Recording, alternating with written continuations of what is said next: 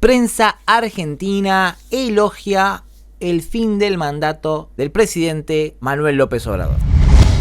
Bueno, este video me lo pasaron unos suscriptores mexicanos, me dijeron tenés que ver cómo la prensa argentina habla acerca de AMLO, de cómo terminó su mandato.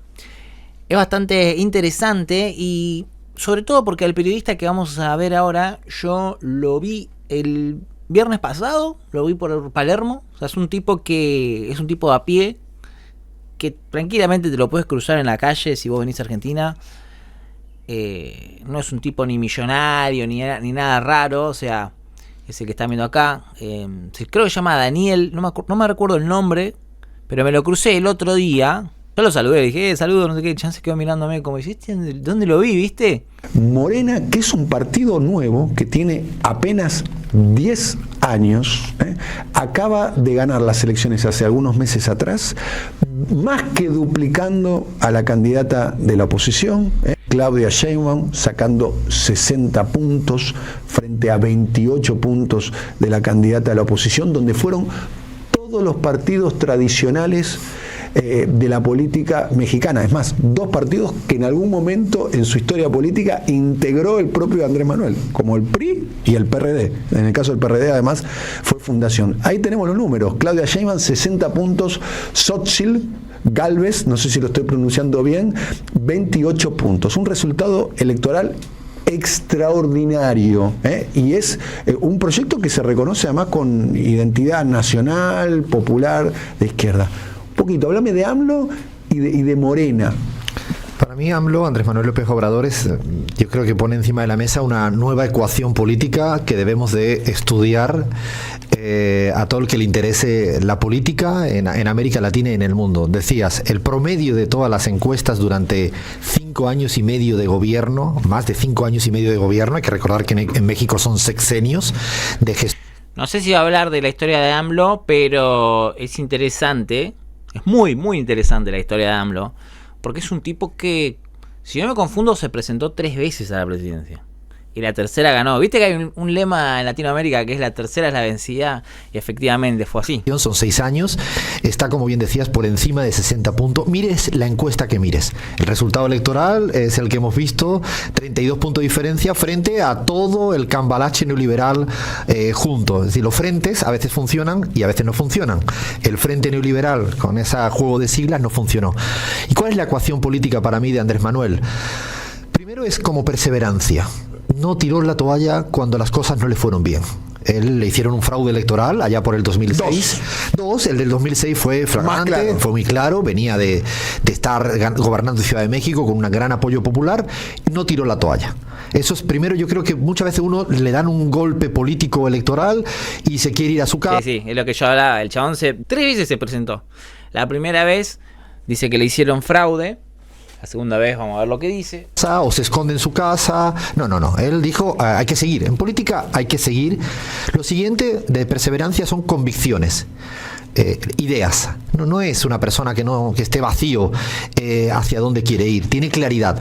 Lo tercero para mí es la gestión. A veces se olvida que por mucha muy buena comunicación que tenga, que la tiene Andrés Manuel, si no tiene gestión, no hay posibilidad. Si no hay realidad material que cambie las cosas, y Andrés Manuel López Obrador ha cambiado la cotidianidad de la gente más pobre, ha dado estabilidad económica, ha dado una cantidad de logros que podríamos agotar y cansar. Mirá, no, es importante. Fíjate el tema de la economía. Estos son números reales de la economía. El aumento del salario mínimo en términos reales, ¿qué quiere decir? Por encima del índice inflacionario, fue de 120 puntos.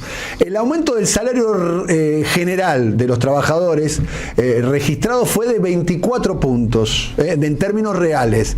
Los planes sociales, 54 puntos de aumento real. Y en el caso del desempleo, es uno de los desempleos más bajos de toda la región y uno de los más bajos del mundo, 2.7. Hay que decir que tenés un 35% de la economía en México informal y desempleo informal, que es una de las cuestiones pendientes en México. Y esto lo hizo, y te quiero escuchar también en tu rol de economista, Alfredo, teniendo la macro ordenada. Estamos ante el superpeso mexicano frente al dólar, por caso. De hecho, es el bienestar social, bienestar micro, con bienestar macro. Y ahí es donde está la virtuosidad del modelo económico, político y social.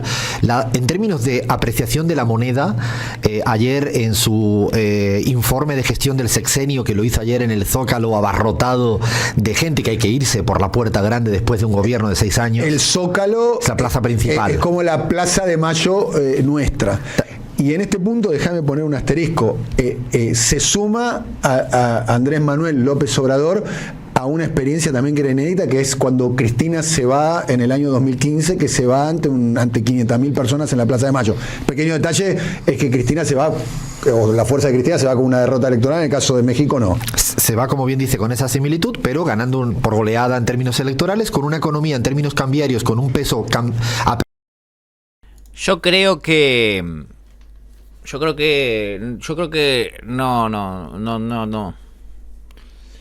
creo que no se puede comparar, yo creo que son cosas diferentes. Porque podrías compararlo con el primer gobierno de Cristina, quien ganó, o sea, se fue, pero volvió, o sea, se fue reelecta. Yo creo que lo podrías comparar por ese lado, pero no cuando se fue en el segundo gobierno, porque ahí tuvo una derrota, y ya la gente como que dijo, no, este modelo no nos está convenciendo. A diferencia de AMLO, que ganó, 6 años estuvo gobernando, pero volvió Claudia Sheinbaum. Bueno, 6 años no, 5 años y 10 meses, pero bueno, casi 6 años. Después de 50 años, la primera vez que un presidente deja la moneda en el día que llegó y el día que se va a ir con apreciación, es decir, no hubo devaluación del peso mexicano. Al contrario.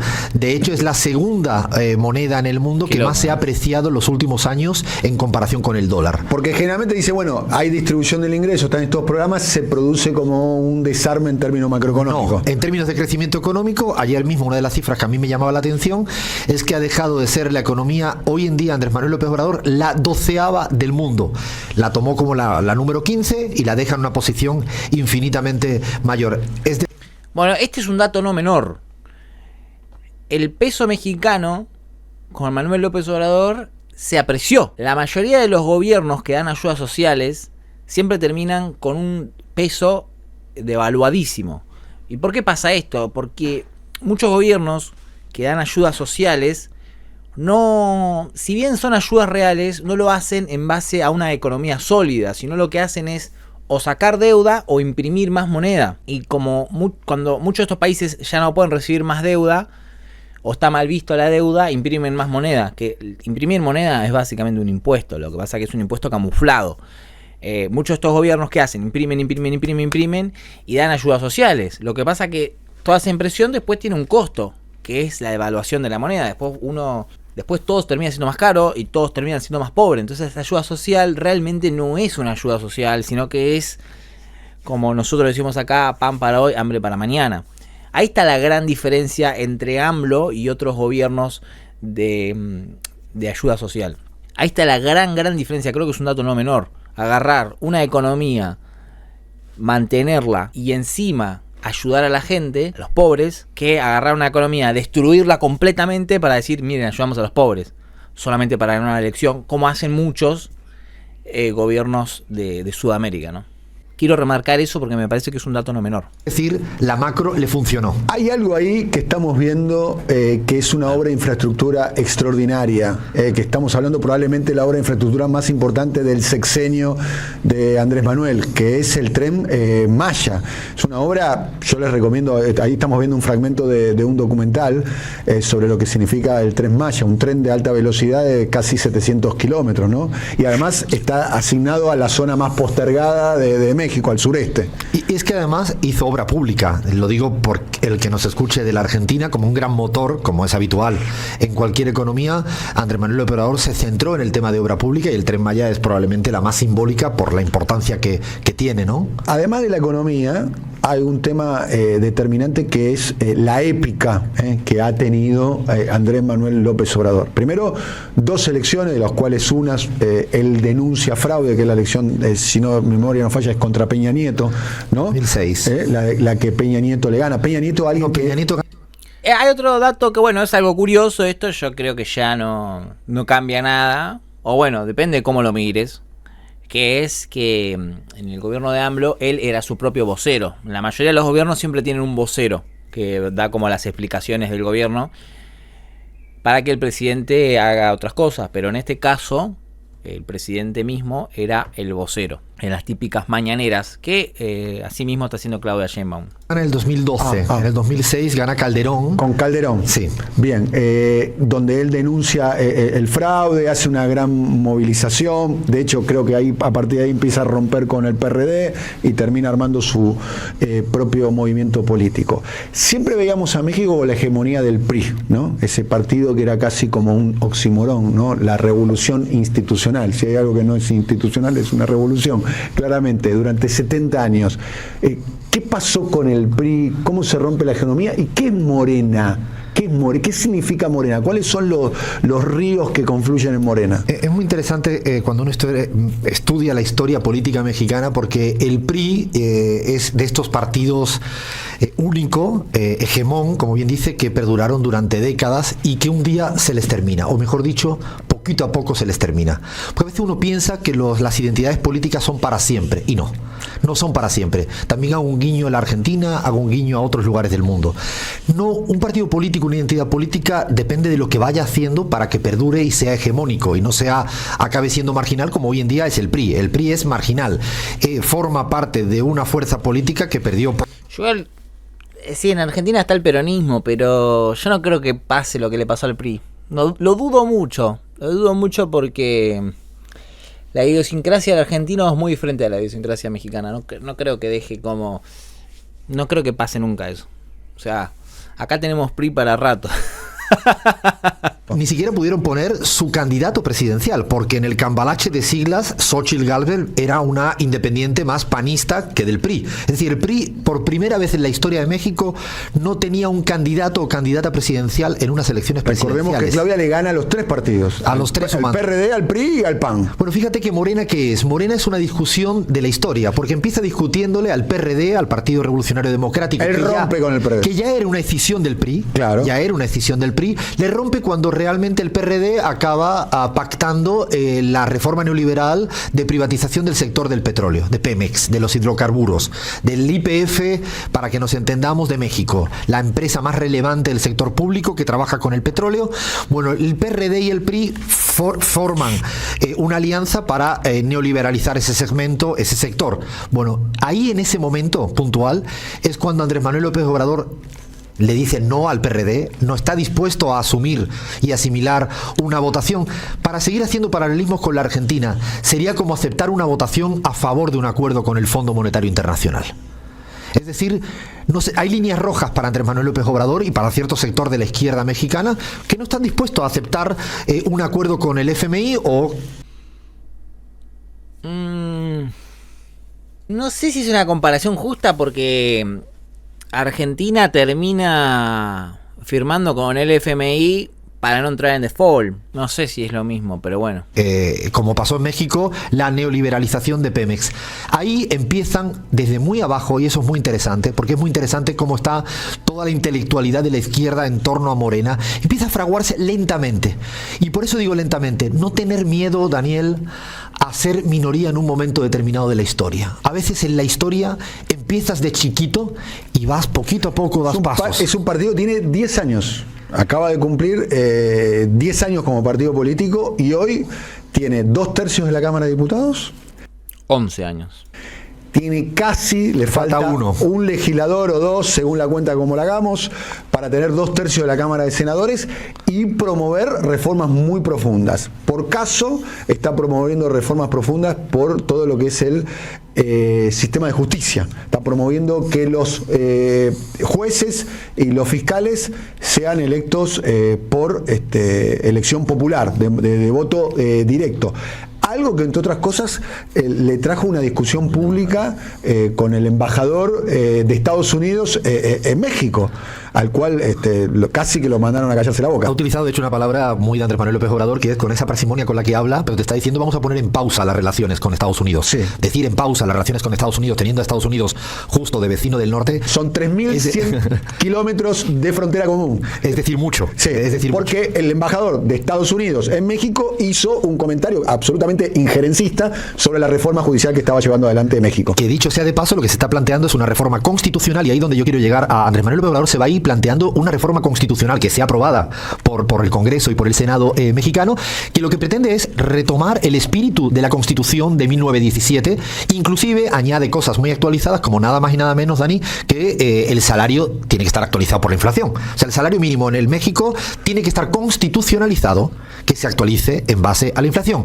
Otro debate presente en la Argentina. En Argentina, casualmente. El tema de la épica, que para mí es importante, tanto en el tema de la comunicación y demás, y además ellos, creo que lo podríamos profundizar, estamos aquí con Alfredo Serrano Mancilla. No, o sea, para el laburador, para el trabajador, ¿no? Que tu salario sea acorde a la inflación es muy buena idea, pero hay dos problemas. Uno, ¿cómo medís la inflación? ¿Qué parámetros tomás para medir la inflación? Dos, si hay mucho Estado, o sea, mucha gente que trabaja en el Estado, y aumentás el gasto público, imprimís más billetes, obviamente va a haber más inflación y automáticamente tenés que aumentar el gasto público, porque a todas las personas que tenés ahí trabajando le tenés que aumentar el sueldo. Esto incluye senadores, políticos, presidentes y todo el sector público, médicos, abogados, profesores, etcétera. Para el trabajador suena muy lindo que te vayan aumentando el sueldo acorde a la inflación, pero en términos de gobernabilidad es algo que podés destruir todo un gobierno con eso, porque estás aumentando el salario de todos, de los que están trabajando en el sector público. Si tenés un Estado con muchas personas trabajando en el sector público, con una ley como esa podés destruir el Estado. Obviamente, si el Estado decide tener una política monetaria de imprimir más billetes. Claro que cuando vos imprimís más billetes, el rezago inflacionario no es instantáneo, sino que tarda. Pero eso puede producir una bola de nieve en cadena que termine destruyendo por completo el Estado. Entonces, en la teoría es muy lindo, pero en la práctica es peligroso. Pero también, por otro lado, hace que el gobierno sea más responsable y diga, no vamos a imprimir más billetes. Pero por otro lado, si el gobierno no puede imprimir más billetes, en ciertas ocasiones, como catástrofes naturales, que el gobierno necesita más dinero, sí o sí va a tener que acudir al FMI y no va a poder imprimir más billetes, porque si imprime más billetes se desestabiliza toda la economía. Es por eso que poner por ley que el salario se acomode con la inflación es algo que no es práctico. La cuestión de la marca, la cuarta transformación, las 4T, ¿no? Ellos se identifican, se autoperciben como el paso siguiente a lo que fue la independencia mexicana, la reforma y la revolución de 1910. Y como el cuarto proceso político, la cuarta transformación, ¿no? Fíjate, Dani, que eso que tú dices es la idea de construir futuro en base a conocer la historia. Y además es algo interesante. No solo es un lema la 4T, la cuarta transformación. Que es la marca del gobierno, ¿no? Es la marca, es el eslogan, pero está llena de contenidos. Yo lo digo esto también para repensar a veces cuando uno busca un eslogan como del manual típico de marketing político. A ver qué palabra suena. No. No es una palabreja. No es que quede lindo. Es la impronta de un momento histórico de superar el neoliberalismo. Fíjate que la palabra morena, poca gente lo sabe, pero es como se le conoce a la Virgen de Guadalupe en México. No es casual que utilice ese símbolo. Que es como nuestra Virgen de Luján, ¿no? Por eso digo que no es casual que busque el Movimiento de Regeneración Nacional con esa palabra tan relevante en la cotidianidad popular de México, que además era un símbolo también del PRI, la Virgen de Guadalupe. Por lo tanto, todos los aspectos simbólicos históricos, épicos que plantea Andrés Manuel están de mucho calado, de mucha profundidad política e histórica? Bueno, parte de la épica tiene que ver, entre otras cuestiones, con la capacidad de comunicación que tiene Andrés Manuel. Y ahí nos vamos a detener un punto porque es importante. Es el tape número 5, vamos a verlo, vayan preparándolo, avísenme. Dice: me retiro con mucha satisfacción, lo hace dentro de las mañaneras. Yo me siento muy contento, estamos terminando nuestro mandato, me voy a retirar pues con muchísima satisfacción.